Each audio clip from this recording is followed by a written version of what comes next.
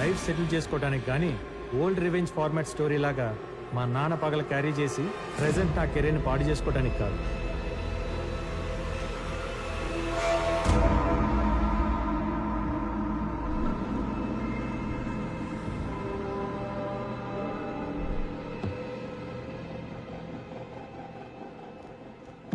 ఏంటి అలా చూస్తున్నావు?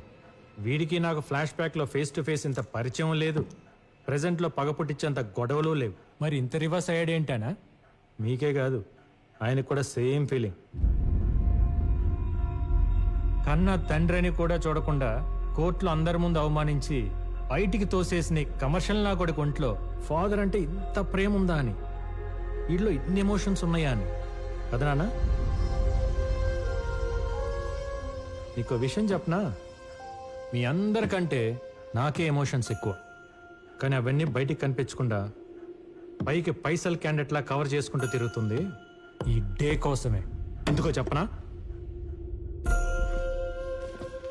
ఒక 9 ఏళ్ల కుర్రాడికి వాడి తండ్రి తోడుగా నిలబడి వాడి ఫ్యూచర్ గైడ్ చేయాల్సిన టైంలో వాడి తండ్రిని 10 ఏళ్ల పాటు డిప్రెషన్లోకి పంపించి ఆ పిల్లాడి లైఫ్తో ఆడుకున్నందుకు.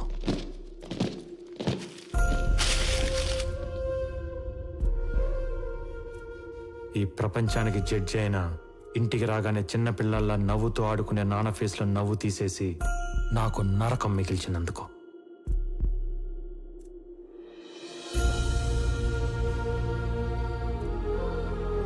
రోజు 10 మందికి న్యాయం చేసే మనిషిని కిరాణా షాప్ పెట్టుకొని సామాన్లు మోసుకునే పొజిషన్కి తీసుకొచ్చినందుకు. ఎక్కడికి వెళ్ళినా జడ్జి గారి భారీగా గౌరవించే మా అమ్మని అమూల్య చనిపోయింది మీ ఆయన వల్లనే అంట కదా అని అడిగే ప్రశ్నలకి సమాధానం చెప్పలేక నలుగురిలో అవమానపడిన అమ్మ ఏడుపుకి కారణమైనందుకు.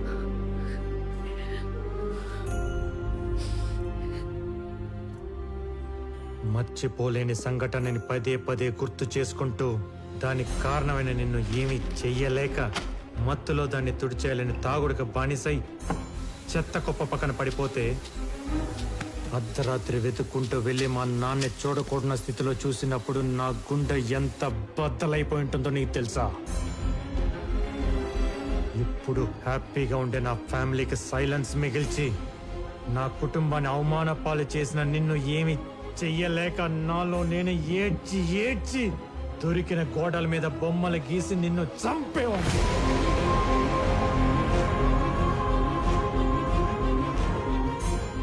చిన్నతనం గురించి ఎవరికన్నా చెప్పాలంటే కన్నీళ్లు, నిద్రలేని రాత్రులు, ఈ చేత్తో గీసిన చెత్త గీతలు తప్ప ఇంకేం మిగలకుండా చేశాను. స్వీట్ మెమరీగా ఉండాల్సిన నా చైల్డ్హుడ్ని ఒక పెయిన్ఫుల్ ప్యాథటిక్ స్టోరీగా మార్చేశాం. అందుకే జడ్జి గారు అబ్బాయిగా పుట్టినందుకు చేతికి మట్టి అంటకుండా చంపుదాం అనుకున్నా. టైం కోసం వెయిట్ చేశా. शैला बानो వచ్చింది. अपॉर्चुनिटी फाड़. बोलिए बानो जी, क्या चाहिए आपको इस कमर्शियल आदमी से? मैंने अपने हस्बैंड को मार दिया. నీదే తప్పు లేకపోయినా చంపడం అనేది క్రైమే. దానికి ఎంతో కొంత శిక్ష అనేది ఉంటుంది. నీ కూతురుతో నువ్వు లైఫ్ లాంగ్ హ్యాపీగా ఉండేలా ప్లాన్ చేస్తావు. నేను చెప్పినట్టు చెయ్యి. అలా శైలా బానుని అమూల్యగా మార్చి దివాకరం ఇంటి ముందు దింపా. అదే రాత్రి బాడీని నీ ఫామ్ హౌస్ కి షిఫ్ట్ చేయించా. తప్పండి మనం ఏమైనా పర్మిషన్ తీసుకుని అఫీషియల్ గా చేస్తున్నావా ఏంటి? నీకున్న అమ్మాయిల పిచ్చికి దివాకరం దగ్గర ఉద్యోగం అడిగేలా చేసి నీ దగ్గరికి పంపించా. సార్ అమూల్య నీ చేతే పెళ్లి ప్రపోజల్ పెట్టించి నేను ఒప్పుకున్నాకే ఆ పెళ్లి జరిగేలా చేశా. కానీ ముందు అమ్మాయి కరెక్టో కాదో నేను చెక్ చేయాలి. కంగ్రాట్స్ సార్, నన్ను సెలెక్ట్ చేసిన మీ సెలెక్షన్ తప్పేలా అవుతుంది? మండపంలో ఇష్టం లేని పెళ్లి జరుగుతున్నట్టు మీడియా ముందు కలరింగ్ ఇప్పించా. ఫస్ట్ డే శోభనానికి రెడీ అయిన నిన్ను మా నాన్న వీడియో ప్లే చేయించి డైవర్ట్ చేశా. ఇంకేం కమ్ము అవుట్ అయిపోయింది అక్కడ.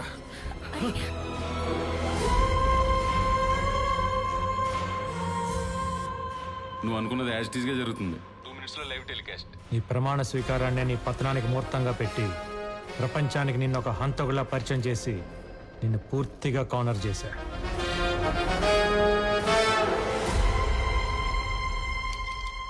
అబ్బా అదిరిపోయింది.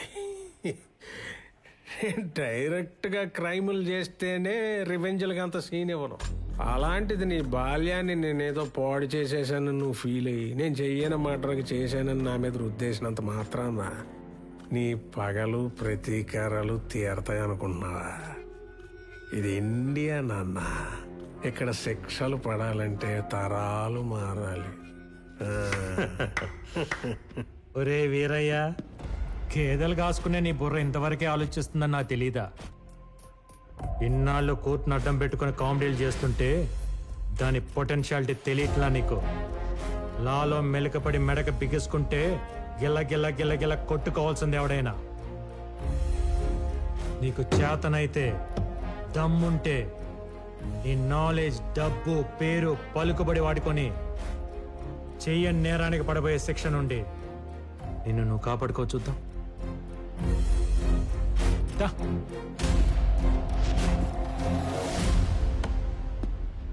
బాగుంది కదా?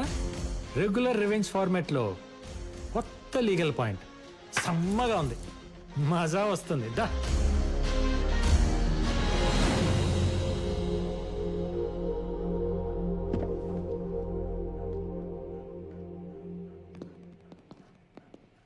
సార్, కొత్త లాయరం వచ్చింది, బెయిల్ కూడా తెచ్చింది. నవ్వండి.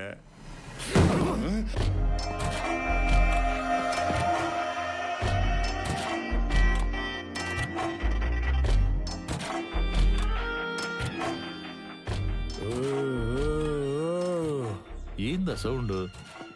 మడిసి అన్నాక కుసింత కళాపోసన ఉండాలని డాడీ అంటుండేవారు.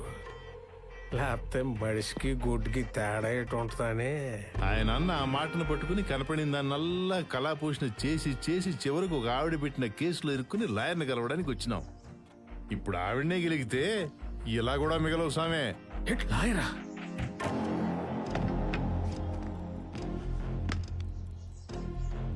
ఏంటి సార్, అంకుల్ డల్ గా ఉన్నారు? తుపుక్కుమని అంకుల్ అనేసింది ఏంటిది? ఏం లేదమ్మే, ఈ కేసు గెలుస్తాడో లేదని చిన్న టెన్షన్. Why uncle?